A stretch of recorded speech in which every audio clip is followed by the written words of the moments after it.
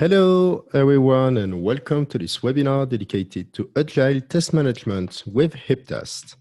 I'm Vincent. I'm one of the developers here at HipTest, and I'll be your host for the 40 to 40 minutes, something like that. So, during this webinar, I'm first going to introduce the context of Agile Test Management and why HipTest can help you in this process. And mainly, this webinar is going to be about demos. So first, I'm going to show you how you can easily maintain and design your test cases, both in behavior-driven development way, but also a more classical way to write your scenarios. Then I'm going to show the capabilities offered by HipTest when it comes to refactor your test cases. So helping you to maintain a huge stack of test cases. And I'm also going to show you how you can do manual test execution and report those different execution. And I'll end up with a really brief introduction about behavior-driven development and test automation. Just so you know, we have dedicated webinars about BDD and test automation. So if you are more interested in those topics, don't hesitate to look at the page dedicated to the webinars in HipTest, and there you'll be able to register to those different webinars. By the way, this webinar is recorded. You're going to receive an email tomorrow with a link to the recording. So don't hesitate to share with anyone who would be interested by the subject. And this is not shown in the agenda, but we'll end up with a short Q&A session. So if you have any question, you can ask them during the webinar. We won't be able to answer them during the webinar, but we'll end up with the Q&A session. So anyway, let's dive in and have a look at the context of Agile Test Management. So when we speak about Agile Test Management, we are speaking about, all the teams that are using different Agile methodologies, so Scrum for lots of them, but also Kanban, X-Scrum programming, and so on. So in this kind of development team, the testers are embedded with, let's say, inside the team, so with the developers working together to make a better product.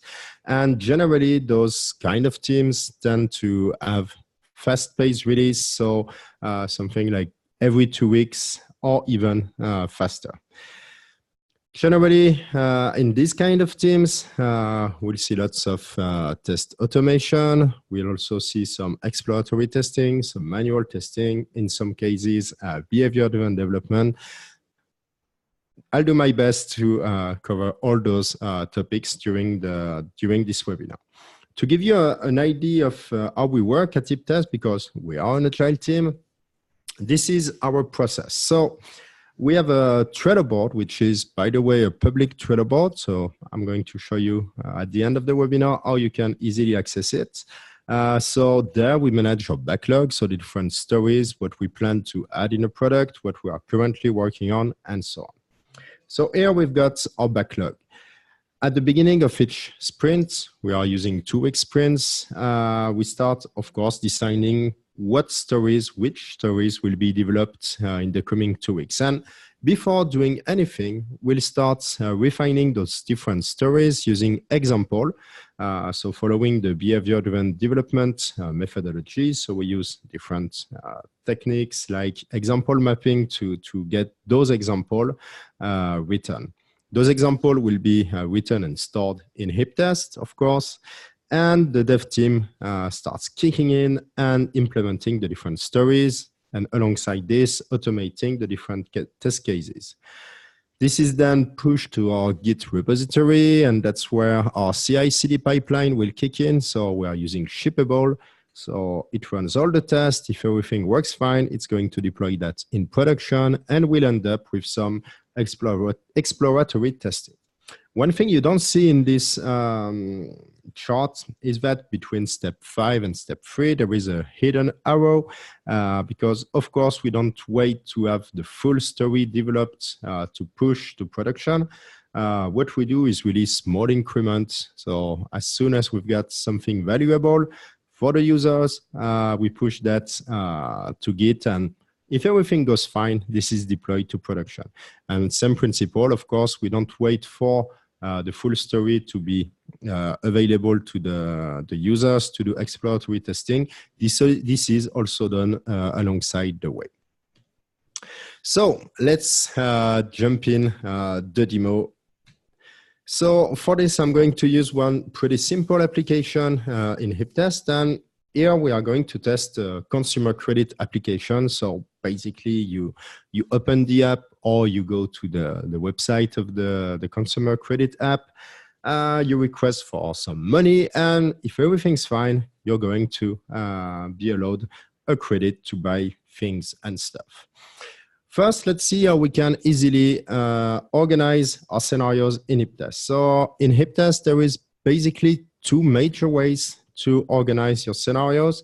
The first one is this hierarchy of folders here. So this hierarchy, what we generally advise is that you should scope your different tests by the feature it's describing. Like here, credit is impossible. This is a feature. So all the tests about credit will be rejected, will be stored in this specific example, in this specific folder. Just so you know, this is a pretty simple project, as you can see, just 4 scenarios, but we are not limited to a flat hierarchy, as you can see here, but of course you can have sub folders as much as you want to be able to have this fine grain. So those folders, this hierarchy is the main way to organize your scenarios. The second one will be the tags. So the tags can be seen here. We have basically 2 different kinds of tags in HipTest. The simple tag, so it's just a word, and the key value tag. So here, for example, we flagged this specific folder to be done in sprint 4. This second kind of tag, so the key value one, the key is separated from the value with a semicolon, as you can see here. So adding some tags is pretty easy, especially as HipTest is proposing some suggestions while you are typing your tags. This way you can ensure you are reusing the same way to tag the scenario than your colleagues did. And of course, those tags can be used, for example, to perform some search. So here we see that the manual test cases are found in credit is impossible and this specific scenario. So tags and folders are going to be the main way for you to organize your different scenarios in HipTest. Let's now have a look to one scenario. So maybe this one. So here you can see that we have a different list of steps. This is a more classical project, so not using the Gherkin syntax. I'm going to show that later on, but of course, that's something we support in HipTest. And for those of you who are not familiar with Gherkin, I'm talking about the given, when, then syntax to make tests, or at least examples that are way easier to share with business stakeholders, product owner, maybe less technical people. So not only tests meant for developers and QA. So you can see here that we got some action words. So I'm going to come back to the action words just later on with some parameters. This is meant to increase reusability of your different scenarios. What I'm going to do right now is show you how easy it can be to write a new scenario in HipTest. So let's go to Jira, and here we've got one new feature which says that the credit is impossible when the amount does not match the type of goods. So what I'm going to do is create one new scenario for that. So credit is impossible when amount does not match type of goods. So same name than the Jira issue. Before writing anything, what I'm going to do is simply drag and drop this scenario in the HipTest plugin in Jira. And this way, from Jira, I've got a link to this scenario in HipTest. And from HipTest, I'm going to have a link to the Jira issue. This ensures traceability between HipTest and Jira. One thing to note, this is an end-to-end link. So one Jira issue can be linked to multiple scenarios or folders in HipTest, and one scenario or folder in HipTest can be linked to multiple Jira issues. It's not, there is no limitation at this level. So let's write our scenario. First, our user is going to sign in. So this is going to be an action. And then is going to request some money. So is going first to check credit eligibility. You can see that as I'm typing my steps in HipTest, the tool is proposing me existing steps that were written before. Like here, check credit eligibility is an existing action word. It's been written in the previous scenario. So I can simply say, okay, I'm going to reuse that. This ensures that from scenario to scenario, test to test, we are using a common business terminology that is going to help understand the different scenarios in a way that is way much easier. So I'm going to put some amount. So let's request $1 million. Just forgot the dollar sign. And let's say this is for a TV. Of course, this scenario is not going to go so fine, and credit is going to be refused. So same principle. I'm going to use one action word that says that the credit is impossible, and I can add one reason. That would be that the amount does not match the type of goods. And simply like that, I can easily reuse existing steps. Really simple. I can use parameters to ensure that I'm going to have the same sentence used with different values from scenario to scenario. You can see it's really easy. You can have some suggestions that help you recreate or reuse existing action words. But you can, of course, create new action words while you are typing your scenario. For example, this one is already used, but let's say I'm going to say, I log out. This is a new action word. I can simply say, okay, create the action word. So in this example, I've been talking about the action words and the action and result, and you may wonder what is the main difference between all those steps. It's pretty easy, in fact. You can see the action words as little bricks of tests that are used across multiple scenarios or multiple folders. And that's really an interesting thing because those action words are going to be single point of maintenance in your HipTest project. What do I mean by that? Let's have a look. It's going to be simpler. Here you see we got a simple sign-in step. This is an action step, not an action word. The action word can be recognized because it's using the call keyword in front. This step is used in multiple scenarios. If I recall correctly, it's used only in transaction is done apparently, but it's used there. And if I modify it here, it's going to be a local modification. It's not going to impact the other scenarios using the same. And that can be a problem because let's say you change the way the user are going to log in. Are you going to update 5, 10, 100 different scenarios by hand, each one by one, or do you want to simplify this process? Of course, you want to do it at once. You don't want to look all your scenarios and update them. So what I'm going to show you now is one really interesting part of the refactoring capabilities of HipTest. It's using what we call promoting a step. So we can convert this action step as an action word. So select the step, go to this menu and say convert into action word. And it's used in 5 different scenarios or folder. So here it's 5 scenarios. So I'm going to say instead, okay, I want to call that login. I'm going to click on convert. It created one action word and all the references have been updated now. So we can see that now this starts with an action word login. And if I go back to, I think it was transaction is done, you can see that where it was a sign-in step, now it's called login. And it's really interesting because now, if I decide to modify the login step, it's going to impact all the scenarios at once. How can I do that? Pretty simple. Instead of saying login simply like that, I can say login as Vincent. I can decide to just make a modification inside this specific scenario. So that's the, we name that everywhere. You see the use of the double quotes. This is creating a parameter. So now all the scenarios using this step will say, okay, I log in as Vincent, and Vincent will be the default parameter. Let's get back to transaction is done, for example, same principle. Now it says login as Vincent. But I could say, okay, this specific scenario, I want to log as Laurent, who is another of our co-founder here at HipTest.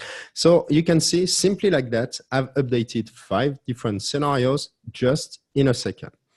I've shown you the, let's say, easy way to do so, but I also have the possibility to do more action inside the action word. You see that Vincent is the default name for the username. That's kind of a problem. So I can say, okay, the parameter is going to be called username now.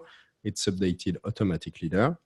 And here, for example, I could say, okay, login as username. And this way, the step inside the action word, which was sign in, the one we created, or at least we translated just before, now it's going to be used in all the scenarios as sign in as some user. Let's get back to the scenario to check that. Here we've got login as Laurent. If I look at the test, it says sign in as Laurent because it's used the username we saw just before. And we get back to credit is impossible when amount does not match type of good. Same principle, the test step now says sign in as Vincent. And you see just in a flash, I've been able to update all my action words, all my scenarios, simply because I'm using an action word. And an action word, you can see that as a single point of maintenance that is going to be really, really, really helpful when it comes to maintain your scenario. Because here we are talking about agile development, and you need to be able to ensure that your test cases will follow the speed of development that you've got inside those kind of teams. So this action word will be really helpful for that. HipTest, of course, proposes different possibilities when it comes to refactor your test. You can translate the action word into back into steps and same principle. What I shown was simply converting one step, but you can also convert groups of steps as easily. And maybe you've got, let's say, existing Excel test cases with thousands of copy-paste from scenario to scenario. Just doing so, you will be able to convert 2, 3 different steps, maybe more, that are used across thousands of scenarios simply by using the convert to action word menu. So now that we've got our scenario, maybe it's time to start executing them. So first, let's have a look to how you can execute them in a manual way. So for the testing part is done in the test section and the test run one. So what I'm going to do is, let's say we started sprint number 6. So I'm going to create one new test run. When it comes to creating test run, I've got multiple choice. I can say, okay, I want to run all the test cases, which is nice for a small project like this one with 5 scenarios. But of course, if you've got thousands of scenarios, it's going to be a bit harder, I guess. So you can say, I'm going to reuse the same selection from a previous test run. So in that case, I could say, okay, I take the same scenarios that I had in sprint 5. That's typically the kind of use case you do with regression test cases that you want to play at each sprint. Or I can do a manual selection of my tests. So either by using the folder structure, I want only the one that come from credit is impossible, for example, or I can use the different tags. Let's say I want all the ones that are meant as to be done as manual test cases at the folder level, or I can say, let's say, okay, only the tests that have priority to. As you can see, it's really fairly simple to filter your scenarios, and the way you organized your scenarios at the beginning will be a great way to help when it comes selectioning the test run that will be executed. So in my case, I'm going to manually select those ones. So transaction is done and all the one about credit is impossible. So let's create this test run. Right now, what's happening is that HipTest is making a copy of all the scenarios, the folder, the action words inside the test run. So this way, when you are running your test cases, you are working on a copy of the scenarios. That means that maybe someone is going to modify the scenarios. I don't know, maybe prepare sprint 7 or things like that. But you don't want to break the work of the manual execution team. So that's why you are working on a copy, a branch somehow of the project inside your test run. And you have, of course, the capability to synchronize the test run. So that means I want to fetch the latest definition of all my scenarios, all my folder directly inside my test run. But we won't need it right now because no one else is working on this specific project. What you may want to do at the beginning of the test execution is do some planification. So, of course, you have the possibility to assign the test cases to someone. For example, here, I'm going to assign all the tests in this folder to myself. You can do that at the folder level. You can also do that at the scenario or the test level. So let's start running our test cases. Maybe you are wondering right now why we've got 3 test cases here, while I selected only 1 scenario in when creating the test run. Let's just get back 1 second to the scenario, because transaction is done is really an interesting one. You see that some of the parameters may look a bit weird, like credit amount. And this is due to the fact that this scenario is doing some data-driven testing. So we've got 1 scenario, but we'll run it 3 times with 3 different values. So once we are going to request for 800 euros, once to 1100 euros, and the third time to 1250 euros. So this is also a way to ensure you don't have copy paste from scenario to scenario. What you can do is simply say, okay, I want to have 1 scenario and I'm going to drive it with different values. So in that case, 3 different values are going to be used for this one. So let's run our tests. How can we do that? Simply by clicking the Resume Test button here. In HipTest, you've got basically 2 ways to do manual testing. The first one, pretty classical, will be to assign a global status to your test case. So let's say this one is passed. I can go to the next one. We also have a shortcut for that, which is called Passed and Next. So mark it as passed and go directly to the next one.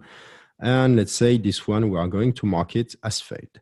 Of course, we have classical abilities when it comes to manual test cases, like adding comments, anyone that can be helpful for the development team to understand how can I fix this, or at least what was the problem. And same principle, you can add attachments like screenshots, logs, or whatever can be helpful to fix the issue and make better software.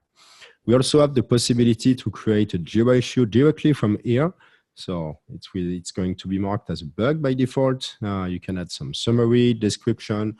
This is going to directly link to this specific test execution. One thing to note, by default, we only show summary and description, but if you have mandatory field in your Jira project that have been set, they are going to show up while you are creating this issue. The second way to execute your test cases in HipTest will be step-by-step execution. So you can, for example, simply click, and you can have more, let's say, refined execution this way, because you directly know which steps have passed, or more interestingly, which steps have failed. So let's say here, we weren't able to connect to the application. So that's the 2 main ways to run your test. I'm just going to mark also this one as failed when it comes to connect to the application. Of course, as soon as one of the steps is failed in the test, the whole test is considered as failed. And now we've done the execution for all the scenarios in this test run. So what I'm going to do is close the execution cycle. That ensures that I can't directly add new results, but it's going to mark all the tests that I've executed right now as part of the same build, so the same execution. What does this mean? Let's imagine that we jump in time in, let's say, 1 week, something like that, and all the tests have been fixed because the developers have done an awesome job. What I'm going to do is restart a new test execution, and this time I'm just going to do past and next for all of them because everything has been fixed. So everything is wonderful. So up, everything is passed, and I can close this one. And now I've got 2 executions for my test run. The first one with some failure and the second one where everything was fixed. I can also have a history of the different executions that have been done inside my test run. So we can see here, so the first time with 3 failure, 3 success, and the second one, everything is passed. What could be interesting to do on this test run too is say, okay, this is the current test run. So what I'm going to do is put it to the project dashboard.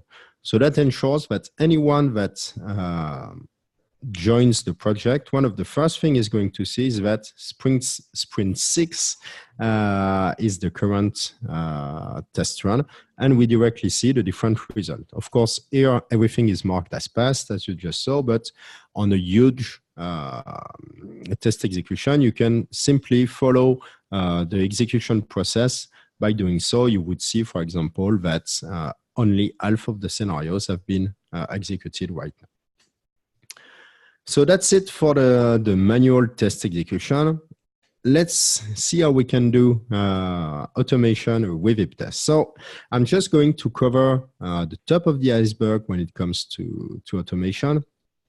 Once again, we have some webinars dedicated to this subject, so you can register for them on the HipTest website. So what's interesting here is what you see right now is HipTest Publisher as a service. So HipTest Publisher is an open source tool which role is to translate your folders, your scenario, your action word into executable code in any of the languages that you can see here. So it's 23 right now, 24 maybe.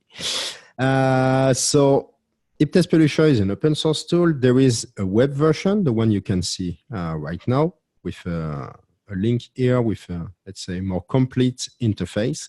But there is also a command line version of the tool that proposes more options like customizing the code you generate and things like that. So let's say we want to implement our different scenarios in Java JUnit, which is a classic code when it comes to automation. So let's have a look to the code we just downloaded. So inside the zip file we just got, there is 4 different files, 5 in fact. The first one will be a config file for HipTest Publisher. So this config file can be used with the command line version of the tool.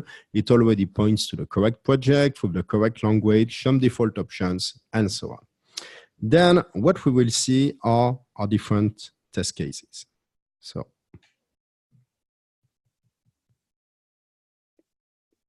So apparently I can't open them with Sublime, so let's start again. That's better. So this is the credit acceptance rule folder. So we can see our different test cases. Same principle, what I was looking for is credit is impossible. And here we can see the scenario I just wrote during this webinar. Here, if you're a bit familiar with with Java, what you will see is that this code is already ready to run. It's just calling different functions that have been stored in the action words class. And that's where the action words are going to be really powerful, because the action words are going to be single point of maintenance in your HipTest project. They are also going to be single point of automation in your automation layer. What that means is that each action word becomes one function. So for example, iLogout that we saw just before, and that's inside this function that the automation team is going to kick in and fill in the blank. So maybe they are going to add some Selenium to test a website, maybe some Appium to test a mobile app, maybe some curl commands to test an API. That's completely up to you and up to the choices of the team. But what's really interesting is that each action word, you have to only implement it once. So that means that the more you reuse an existing action word, the less work you have to do because it's already automated. So the more you reuse it, the less work you have to do. And that's also why it's really important to spend time refactoring your different scenarios, ensuring that you don't duplicate the action words, because that would mean that behind this, the automation team will have to duplicate the automation. So spend time ensuring that you reuse existing action word, and that's going to be really helpful for the different developers or automation engineers that are going to write the code for the automation.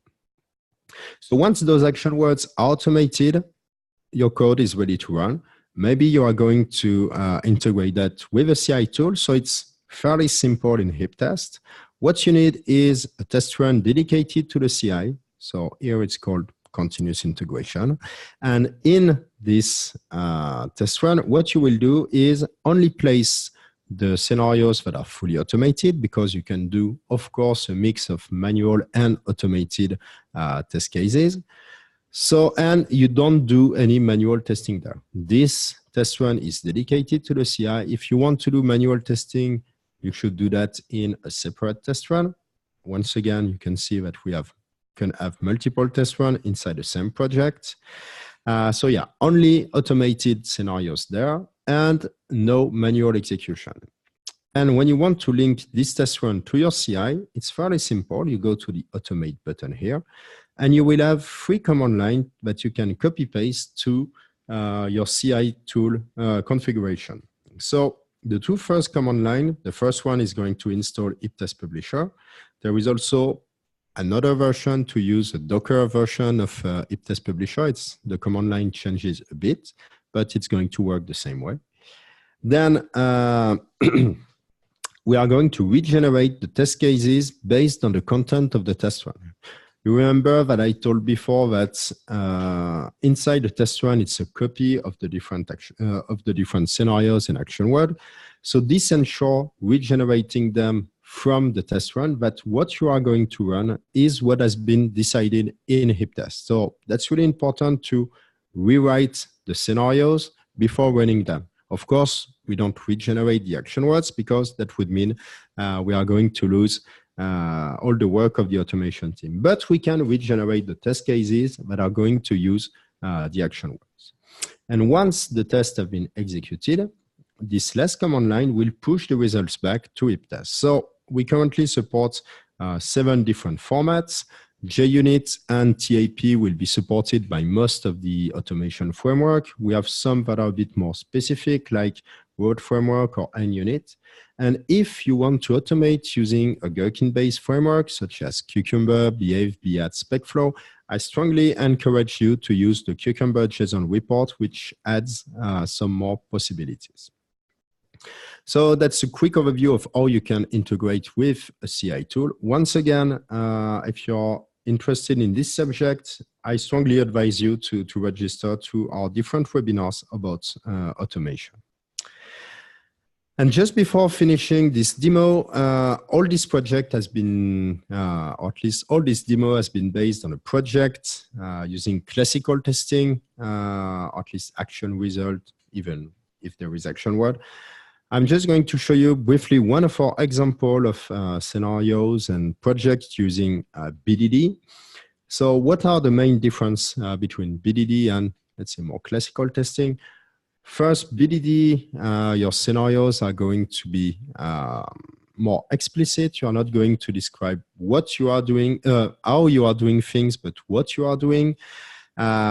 It's not written using imperative style, but more declarative style. And the intent of those scenarios is way more than simply testing the application. Those scenarios are meant to align all the stakeholders involved in the development of the application. So developers, QA, but also product owner, business analyst, marketing, anyone involved in the feature in the company. Those scenarios, those examples, in fact, are going to help have everyone align on what needs to be done. So it's not simply test cases. They are going to be a living documentation of your application. And those scenarios are relying on the action word. They are using some annotation to help understand the scenarios. But what's really interesting is that from those scenarios and those executed in an automated or manual way scenarios, we are going to be able to generate a living documentation. So a single place where you will know which are the features that are developed in your application. They are developed because they have been tested. And you have one single place to easily understand all the content of the feature, but also its history. So you will be able to know when this application has been, this feature has been created, what has been changed recently inside, and so on. Once again, that's a really brief introduction to BDD.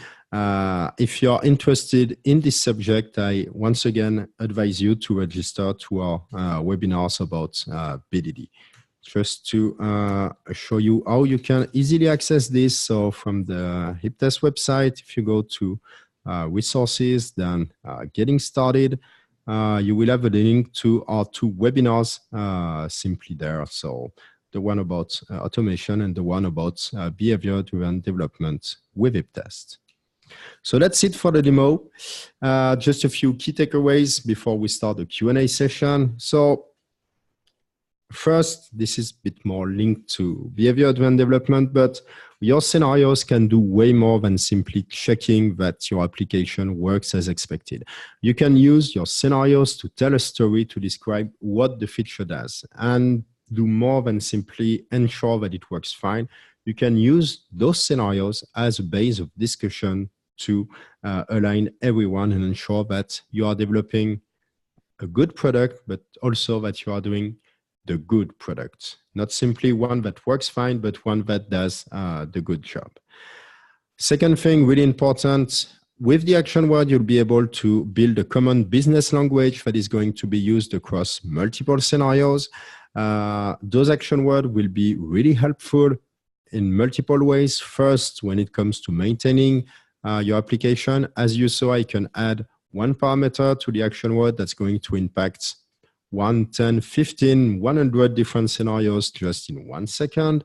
It's going to help me maintain. It's going to help me make the test more understandable, because always using the same sentence can be really helpful, especially when you are a newcomer in the company, to understand what the product does. You can have a look to the different tests, and it's going to be really helpful when it comes to automating them, because those action words just have to be automated once to ensure that they'll be usable in all the scenarios. At least you should spend time ensuring that you refactor continuously your test case.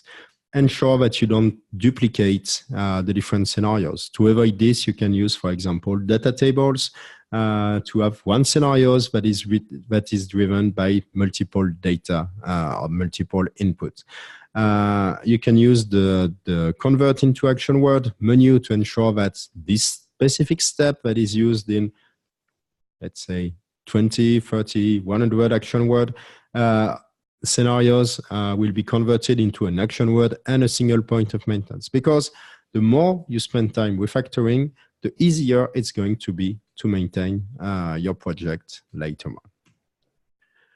So that's all for this webinar. If you have any question, you don't hesitate to fire them up. And while you are maybe typing your question, just to get back to the first slide, I was talking about the Trello board, so you can access it inside HipTest directly from this link. So HipTest roadmap, And here you'll have what we are working on, what we plan to work on, and so on. So don't hesitate to have a look at it to know if you want to know what we plan to add to the tool. And also you have the possibility to upvote the different tasks. This is going to be really helpful for us because the more votes there is on a task, we know that it's something that it's really helpful for our customers or our users, and that's something we should start working on. So your feedback is always welcome, so don't hesitate to upvote or to contact us about some of the tasks. So we don't have any questions, so I hope you enjoyed this webinar, and I'll tell you, I hope I'll see you on HipTest. Have a great day. Bye-bye.